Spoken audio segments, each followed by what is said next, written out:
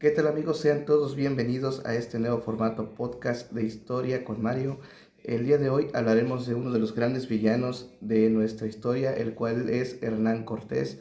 Y es que hablar de Hernán Cortés es hablar de contradicciones, es hablar también de valentía y de mucha audacia. En este momento pues vamos a iniciar con este programa en el cual vamos a hablar un poco acerca de lo que es la llegada de Hernán Cortés a lo que es las tierras americanas. Espero que les guste, pónganse cómodos y empezamos. Si te gusta la historia, la cultura, los viajes, la tradición, la gastronomía, no te pierdas este nuevo formato podcast. Esto es Podcast con Mario. Esto es Desmantelando la Historia. Para poder empezar vamos a ubicarnos en el año de 1484, que es donde nace, el año en que nace Hernán Cortés en la península ibérica, en lo que es Extremadura, España, uno de los lugares más pobres en aquella época. Durante este periodo pues estaba todavía la reconquista o el final de la reconquista contra los moros.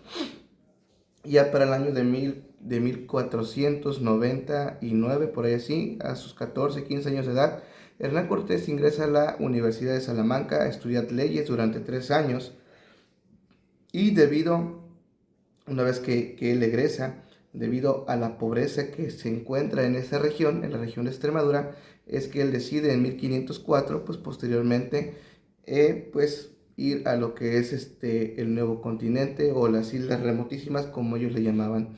Aquí vamos a desmentir una de las primeras teorías que hay sobre Hernán Cortés, que es el que él era una persona totalmente ignorante y salvaje, puesto que Cortés tenía estudios en leyes, tenía estudios en gramática, era un buen latinista, es decir, tenía mucha mejor experiencia educativa que su monarca, que era Carlos V, pues ya para el año de 1519. Entonces, el Cortés que llega a las Antillas, a las islas de la Española, lo que hoy en día es República Dominicana y Haití, puesto que recordemos que para el año de 1504 lo único que se había descubierto eran las pequeñas islas que había como República Dominicana, Jamaica, Cuba posteriormente, y ya con el tiempo pues empezaron a explorar lo que es la Florida. Los portugueses habían llegado a lo que es lo que hoy es el país de Brasil y así sucesivamente. Entonces 1504 sale de la península ibérica Hernán Cortés hacia la isla de la Española, y algo muy fundamental es que para este año quien era responsable de esta isla era Diego Colón, el hijo de Cristóbal Colón. Y Cortés llega, se instala como notario, se instala como escribano en lo que es la isla de República Dominicana y Haití. Y él se da cuenta de algunas expediciones que llega a ver a lo largo de este periodo, desde 1504 hasta 1509, que es cuando él decide irse a Cuba con Diego Velázquez, el cual pues él era el encargado legal de la corona española en lo que eran las islas americanas o las islas de las Antillas. Eh, Posteriormente, pues en 1515, a él se le hace alcalde de lo que es Santiago de Cuba, y ya como alcalde él tiene información de las expediciones que hay hacia tierra firme, lo que es ya ahora sí el continente americano como tal. En 1517 sale la primera embarcación desde Cuba hacia lo que es hoy la isla de Cozumel y un poco lo que es la península de Yucatán y el Golfo de México, al mando de Francisco Hernández de Córdoba, quien en 1517 pues zarpó hacia esa zona. Algo muy importante es que Córdoba tuvo una resistencia de los indígenas en la cual resultó el malherido, y una vez que llegó a Cuba al poco tiempo pues él pasó a dar novedades con San Pedro. 1518 Juan de Grijalva hace este mismo recorrido. Un año después pasa por Cozumel, llega a lo que es la península de Yucatán, bordea lo que es el Golfo de México y se introduce hacia lo que es el río Grijalva como lo conocemos el día de hoy. Regresa nuevamente y ya con esta información, con estos informes que Hernán Cortés tiene como alcalde, pues le nace esa inquietud de poder saber qué hay más adelante. Y dice, pues es momento de hacer una tercera expedición, va con el gobernador, que es Diego Velázquez, le pide el permiso, la autorización para poder esta expedición, y Velázquez le dice que no hay forma de poder volver al continente, puesto que ya no hay recursos económicos. Para esto, 1519, recordemos que Hernán Cortés ya tenía unos aproximados 34, 36 años de edad, y pues debido a su gran trayectoria en el Caribe, debido a su trayectoria como notario, como escribano, como presidente, bueno, como gobernante de la isla, pues era una persona pues que era acaudalada y decide financiar su propia expedición. Algo que no nos cuentan en la historia de México es que esta expedición, que culminó con lo que es hoy en día nuestro país, con lo que fue en su momento el descubrimiento de América y la conquista de lo que es el Imperio Mexica, es una expedición totalmente financiada y totalmente personal de Hernán Cortés. Entonces, Diego Velázquez les da el permiso, decide darle la autorización para poder viajar a lo que es tierras americanas, y entonces Hernán Cortés vende sus cañaverales, junta todo su ahorro que tenía, compra 11 naves, compra animales, compra caballos, compra bueyes, compra semilla, le paga a su tripulación, convence a la tripulación de poder ir con él, y aproximadamente con 600, 700 marineros, junto con sus capitanes, pues hace este mismo recorrido de salir de Cuba hacia lo que es el continente americano. Para esto, Diego Velázquez, que era muy astuto, se da cuenta de que Cortés no tiene planes de explorar, puesto que pues para una exploración llevas 3, 4 naves, Hernán Cortés lleva 11. Para una exploración llevas animales, ¿sí? 2, 3, 4 caballos, Hernán Cortés lleva un caballo en cada barco, lleva semillas, lleva cereales, pero pues llevas lo básico para alimentarte, puesto que ya había un registro de 2 viajes anteriores.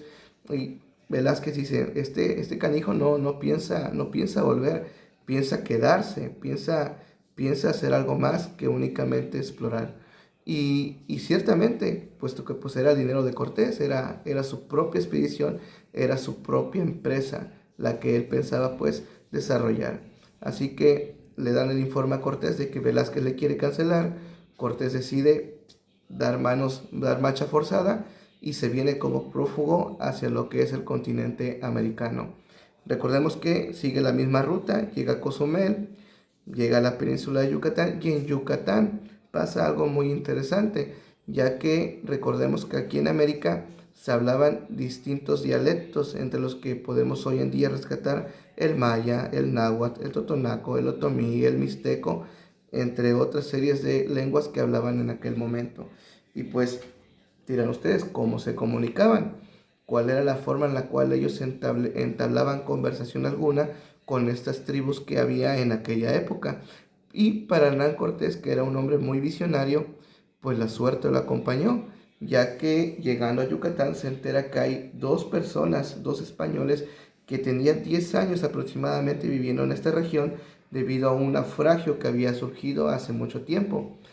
Entre estas personas encontramos a Gonzalo Guerrero, el cual era un hombre que tras el tiempo, tras introducirse a la cultura, se convierte en maya, se perfora, se tatúa, se casa con la hija del cacique, tiene hijos. De hecho, Gonzalo Guerrero es el primero que genera mestizaje en lo que es el continente americano. Gonzalo Guerrero se niega totalmente ir con Cortés, se niega, puesto que pues con Cortés él iba a ser un marinero más, y aquí en esta región, en la región de Yucatán, cuando él estaba, pues él era yerno del cacique, era jefe de armas del ejército del cacique, y pues por así tenía hijos. El otro, Jerónimo de Aguilar, pues era un fraile, era un sacerdote que no había perdido la esperanza de que lo rescataran en algún momento, y decidió unirse a la expedición de Cortés. Y es la primera pieza fundamental que encontramos en este periodo de lo que es la introducción de Cortés al continente americano, puesto que Cortés pues no sabía hablar maya, pero su traductor sí lo sabía. Entonces le empieza a traducir cuáles son los protocolos culturales, cuál es la historia, y que más adelante, más hacia el Valle Central de México, se encuentra el gran imperio de Moctezuma. Continuando con la historia de Hernán Cortés, hay que recordar que esto fue más o menos a finales de febrero, principios de marzo de 1519, y entonces ya con un traductor a su cargo, Cortés empieza el periplo hacia lo que es el Valle Central de México. Cuando ellos llegan a la zona en torno a Tabasco, esto que era el mundo maya se empieza a convertir en el mundo náhuatl, y entonces dejan de entender, o más bien su traductor deja de entender la forma en la cual él podría traducir esta nueva cultura. Ahí en Tabasco les dan como alianza a un par de mujeres, dentro de las cuales destaca pues la conquistadora, mejor conocida como la Malinche. Esta mujer, que era una mujer que hablaba náhuatl, pero que llevaba tiempo en Tabasco, aprendió el náhuatl. Entonces, él traducía del náhuatl al maya, y Jerónimo de Aguilar del maya a lo que es el castellano. Posteriormente, pues continúan haciendo alianzas con los pueblos, les explican quiénes son los mexicas, la forma en cómo gobiernan, les explican cómo tienen sometidos los demás pueblos, y cómo de alguna manera todos estos pueblos pues odian a los mexicas. Y Cortés pues toma esto como una pieza clave para su expedición, ya que dice, bueno, aquí hay unos de los cuales todos odian, pues es la forma en la cual pues yo voy a poder fortalecer mi gente, y poder pues ir a combatir contra el gran imperio de Moctezuma. A Cortés ya le habían dado ideas de que pues este imperio era un imperio muy vasto, con muchas riquezas, que controlaba una gran expansión de lo que es la parte central de México, e incluso hacia el sur y un poco hacia el norte. Entonces él empieza a coquetear con esta idea de que si él llegase hacia lo que es el imperio de Moctezuma, o hacia lo que es el imperio mexica, y pudiera unir fuerzas con ellos o conquistarlos, pues podría también tener la alianza con las demás personas. Entonces, ya para abril llegan a San Juan de Ulúa, y aquí hay algo muy interesante, porque empiezan a llegar embajadas de Moctezuma, puesto que él ya sabía de la llegada de estos hombres extraños que venían en barcos, que venían con rasgos distintos a los que ya había en ese momento. Entonces Moctezuma empieza a mandar una serie de regalos, que es una forma diplomática en la cual antes las culturas pues entablaban conversación, y siempre con este mensaje de que dice Moctezuma de que no vengas. Obviamente Cortés, al ver las riquezas, a ver los regalos, a ver estas cosas, pues por supuesto que pues para allá voy. Llega a lo que es la región de Veracruz, y la gente que viene con él pues es poca, los españoles son pocos, y cada vez empiezan a haber más indígenas, empiezan a haber más pueblos que en su momento pues contienen con los españoles, pero que una vez sabiendo que se van a dirigir hacia lo que es el imperio mexica, empiezan a hacer alianzas con ellos. Entonces pues no entienden a estas personas, no entienden su dialecto, no entienden su cultura, les da miedo. Pese a lo que ya pensábamos de que, o lo que a lo mejor se nos cuenta de que los indígenas le tenían miedo a los españoles, es todo lo contrario. Los españoles tienen miedo de los indígenas, no saben quiénes son, no saben dónde están, y entonces la gente se empieza a echar para atrás, y dice Cortés, bueno, pues de alguna forma tengo que hacer que ellos vayan para adelante. Y aquí es donde él saca algo muy impresionante, porque en este momento él dice, bueno, pues somos prófugos de Diego Velázquez, somos prófugos de la justicia, por decirlo así. Entonces, ¿qué podemos hacer? Así que él manda a juntar todos los tesoros y ponerlos en un solo barco. Y pues para legalizar esto que él está haciendo, pues funda una ciudad, la primera ciudad fundada en América, la Villa Rica de la Verdadera Cruz. Todo esto con actas notariadas, puesto pues, que él era notario, sabía cómo hacer este tipo de documentos, y empieza a notariar. Nombra a síndicos. Estos síndicos que él va a nombrar son sus capitanes o los marineros que están de su lado, todo con actas notariadas. Posteriormente les pide a los síndicos que elijan a alguien que funja lo que es liderazgo político y militar, a lo que pues obviamente lo nombra a él, todo con actas notariadas. Y aquí viene donde Hernán Cortés saca algo impresionante, puesto que lo que él hace es hundir 10 de sus 11 barcos, y en el 11º cargar todos los tesoros que él ya tenía pues recolectados durante ese tiempo de alianzas, hacer una carta para redactarle a Carlos V, quien es sabemos que Hernán Cortés no conocía a Carlos V. Carlos V nació en el año 1500. Cortés zarpó 4 años después de que naciera Carlos V a las islas del continente americano, y pues no se conocían. Así que para explicarle quién era, cómo es que había violado en cierta forma a Diego Velázquez, y le dice, pues aquí hay pruebita de por qué lo hice, porque pues yo sí tengo visión, y aquel hombre pues la verdad no dejaba llegar más allá de. Entonces, en ese último barco, que es el que él deja, lo manda hacia España con esas cartas notariadas, con esa carta que él le da a sus capitanes para poder hacerle al emperador o al rey. Una vez que Carlos V pues ve quién es Cortés, ve lo que le llega, ve que este hombre tiene mucha visión, y dice, pues por supuesto que esto está avalado por su majestad. Así que con eso, pues él empieza lo que es el periplo hacia lo que es el Valle de México. Ahora, ¿qué pasó? ¿Qué pasó después de que se fundó la Villa Rica de la Veracruz? Hoy actualmente Veracruz. Pues pasa que en junio los españoles, o los castlitecas como le decían ellos, firman una alianza con los totonacas, y empieza un recorrido desde lo que es el actual Veracruz, Puebla y Tlaxcala. Llegan, se enfrentan con los tlaxcaltecas, hasta que los tlaxcaltecas pues empiezan a escuchar y se dan cuenta de que lo que él quiere es llegar a Tenochtitlan y enfrentar a Moctezuma.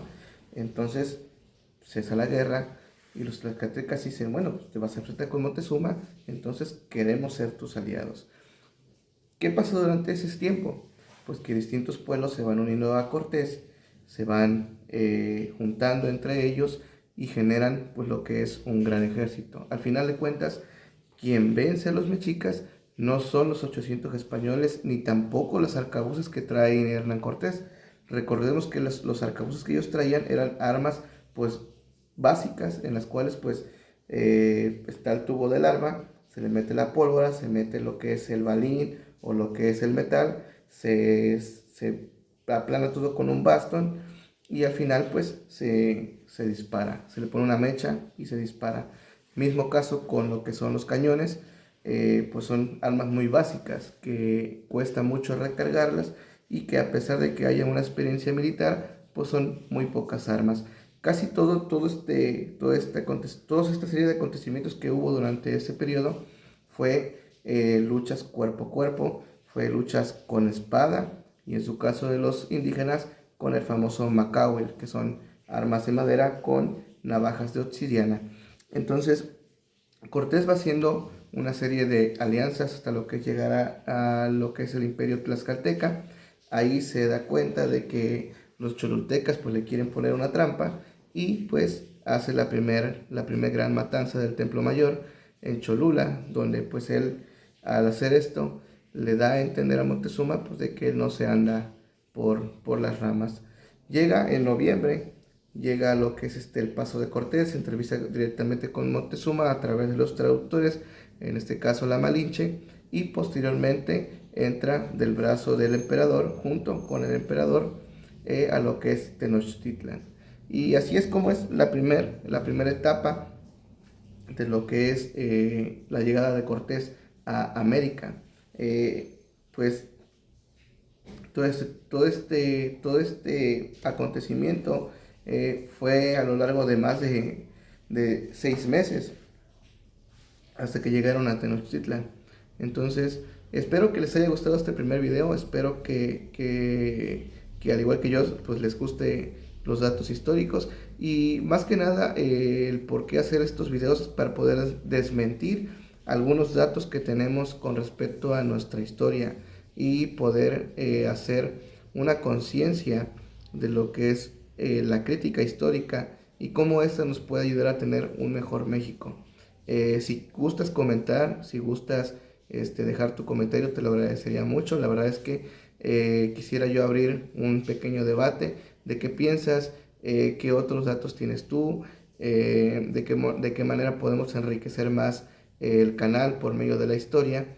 Y te agradezco el que te hayas tomado el tiempo de poder escucharme, aunque sea un momento. Espera el siguiente capítulo acerca de Cortés y qué es lo que pasó durante el tiempo que él estuvo viviendo en Tenochtitlan, que fueron aproximadamente 7 meses, porque lejos de lo que pensamos de que llegaron directamente a echar golpes o a echar putazos como decimos aquí en México, lo que pasó fue que Cortés siempre tuvo la idea de poder hacer primero las alianzas para poder fortalecer el vínculo con esas personas.